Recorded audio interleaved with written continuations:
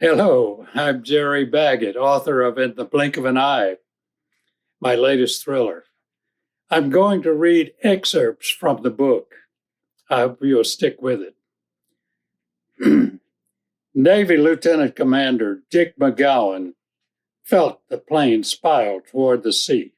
He fought to reach the ejection lever. Momentum slammed him against the cockpit.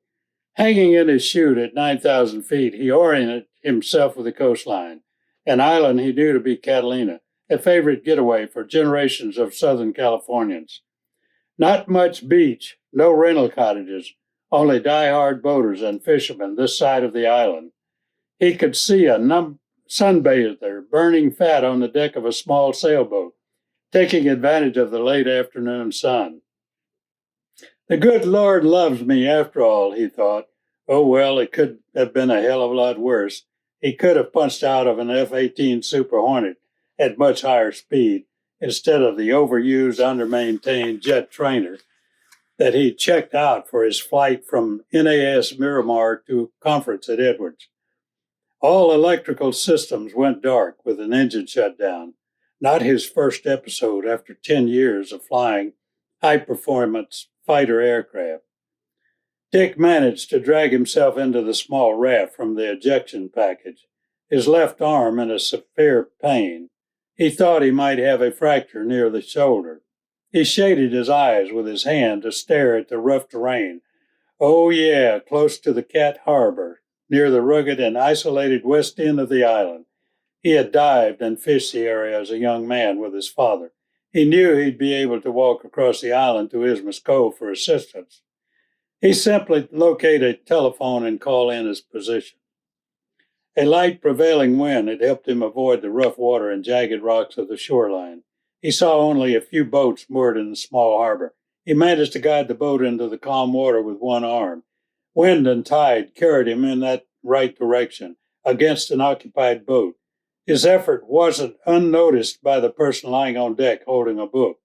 He'd been preoccupied with control of his own vessel, not seeing her reaching out over the gunwale to assist until her call. Hi, big guy. You look like you could use some help with your boat. Dick looked up into the most gorgeous green eyes he'd ever seen. Thanks. This beast is difficult to handle with one arm. Pass the line to me, she said. I'll tie it off until we figure things out. I've been watching with binoculars. I saw you drifting down. At first, I thought you were parasailing. Then I saw your parachute. She smiled. You've been fighting that thing for nearly an hour. Where the heck did you come from? An airplane? Perhaps you intended to land at the airport and drifted away. I hope you're not a military deserter or something.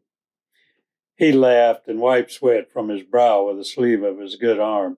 I'll tie up long enough to catch my breath. A cool glass of water would be nice, if you don't mind. He looked around and pointed before turning back. My plane went into the water just over the mountain there.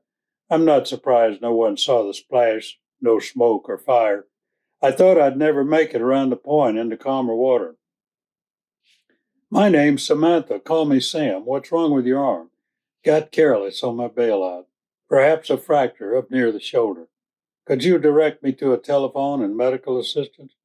She turned and nodded. Let's tie this thing off at the transom. You can come aboard. Use my phone while I check out that arm. I'm a nurse. I work with a doctor at the other end of the island. That would be Avalon. Samantha moved his arm around carefully. Big boys don't cry. I hope you liked it. From the Blink of an Eye by Jerry Baggett. Available through Pegasus Limited of London for international distribution. Thank you.